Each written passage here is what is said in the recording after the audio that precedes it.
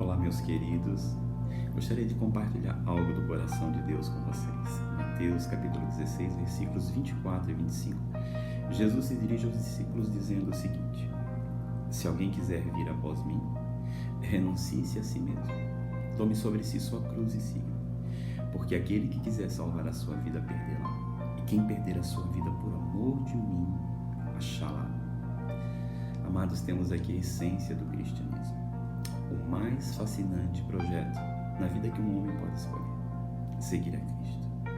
Nessas palavras, encontramos o âmago do nosso chamado, o propósito da nossa existência, o sentido da vida. Quando Jesus chamou seus primeiros 2 discípulos, lhes disse: vinde após mim e eu vos farei pescadores de homens. Seguir a Cristo transformaria e ampliaria a visão daqueles homens.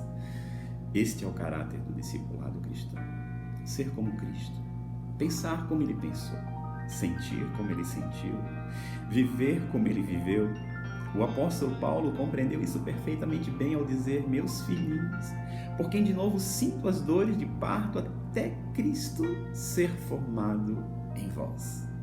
Nem todos se tornam discípulos. Jesus possuía muitos seguidores, mas poucos discípulos. Muitos são chamados, porém poucos são escolhidos. O discípulo não será despedido com as multidões. Ele descerá à profundidade de comunhão na vida do Mestre, terá outro nível de revelação. Ao discípulo será dado o conhecimento dos mistérios do reino dos céus. Contudo, nessa passagem que lemos em Mateus, Jesus estabelece o preço para o discipulado. Se alguém quiser vir após mim, renuncie-se a si mesmo, tome sobre si a sua cruz e siga-me. A grande resistência do discipulado se encontra neste requisito: renúncia de direitos. Para renunciar à própria vida é necessário uma radical transformação da nossa estrutura interna. O grande obstáculo se encontra dentro de nós mesmos, em nossa alma. Jesus disse: aquele que quiser salvar a sua vida, perdê-la. E quem perder a sua vida por amor de mim, achá-la. Nosso grande desafio como discípulos é desprender-nos do aguilhão do pecado, livrar-nos do calabouço da alma. Mas como isso é possível? Só há uma forma de trilharmos o caminho que conduz à vida eterna: assumindo a natureza do Cordeiro. Em Isaías 53, versículo 7, encontramos o seguinte: ele, Jesus, foi oprimido e afligido, mas não abriu a sua boca. Como um cordeiro foi levado ao matador, e como ovelha muda perante os seus tosqueadores, assim ele não abriu a sua boca. Se observarmos bem, veremos muito pouco desse cordeiro em nós. Há uma luta desesperadamente para que não seja formado em nós esse cordeiro. Queremos viver a vida de cordeiro no santíssimo lugar, sem contudo passar pelo átrio. Não vemos o cordeiro no santo dos santos. Vemos o sacerdote levando o sangue do cordeiro. Isso significa que o cordeiro morreu no átrio. Achamos que podemos viver uma vida piedosa e que agrade a Deus sem morrermos no átrio, sem passarmos pelo altar do sacrifício. O cordeiro morto em nós é a rendição total dos nossos direitos, para que a vida de Jesus seja a nossa vida. Jesus deixou claro que o caminho para o discipulado inclui morte, renúncia e sacrifício. E este não é um caminho atraente para a nossa alma. O brilho da cruz não é visível aos que procuram ofuscar-se com as seduções da vida da alma. Neste caminho haverá espinhos, lágrimas, renúncias, vales, desertos, mas também haverá consolo daquele que já trilhou por todo esse caminho. E no final dela encontraremos a vida eterna. A frase que culmina a renúncia do Cordeiro de Deus nos ensina uma grande lição: Pai, em tuas mãos entrego o meu espírito. E havendo dito isso, expirou. Sua última sentença é proferida no estado interno da mais profunda paz, jamais experimentada por um homem naquelas condições. Quanta suavidade e leveza ditas por Jesus em meio a tamanho suplício. Não há sinais de dúvidas e incertezas quanto ao amor do Pai. Nenhum resquício de ressentimentos, mágoa, sentimentos de injustiça, nenhuma confusão na mente do nosso Mestre da vida. Este é o porto seguro da nossa existência. É o fim que o Espírito anseia alcançar. É o lugar mais alto que o homem pode chegar. Não há lugar mais seguro, nenhum outro que possamos descansar. Jesus ainda confia e jamais duvidará do descanso encontrado nas mãos do seu Pai. As mãos que sustentam o universo são perfeitamente capazes de sustentar a mim e a você.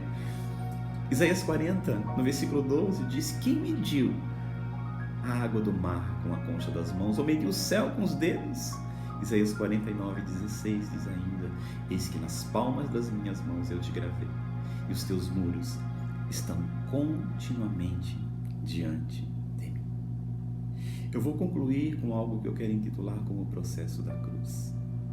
Jesus permaneceu na cruz por 6 longas horas, antes de bradar em alta voz: Eli, Eli, lama sabachthani, Deus meu, por que me desamparastes?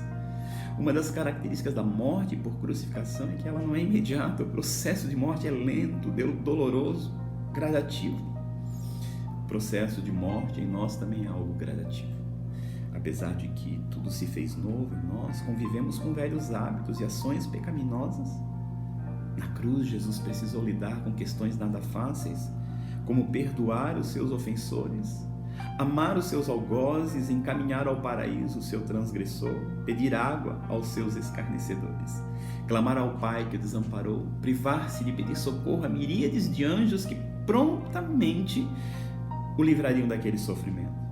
Jesus suportou todo o sofrimento sem permitir que nada nem ninguém mudasse sua mansa natureza de cordeiro. Existe um sábio conto que diz o seguinte: certa vez, um sábio passeava com seu discípulo às margens do rio quando viu um escorpião que se afogava. Ele então correu e com a mão retirou o animalzinho e o trouxe à terra firme. Naquele instante o escorpião picou. Assim que ele o colocou no chão, o escorpião voltou para a água. E ele, com a mão já inchada, dores violentas, foi e o retirou novamente. Enquanto o discípulo observava, na terceira vez que ele traz o escorpião já com a mão bastante inchada e as dores violentas, ele o põe distante do rio. Aí o discípulo, já não suportando mais aquilo, diz: mestre, desculpe, mas não entendo por que insiste em salvá-lo. Não percebe que todas as vezes que tentar tirá-lo da água, ele irá picá-lo? Então o mestre, com a fisionomia plácida daqueles que conhecem o segredo do bem, daqueles que realmente já conquistaram um território de amor e de renúncia no coração, que tem a visão das verdades eternas e celestiais, vira-se para o discípulo e diz: meu filho, por enquanto a natureza dele é de picar, mas a minha é de salvar. Que essa mensagem se aprofunde em seu coração, que você tenha um dia abençoado na presença daquele que te ama sem reservas, o Cordeiro Santo e Manso de Deus. Um beijo no seu coração. Deus te abençoe.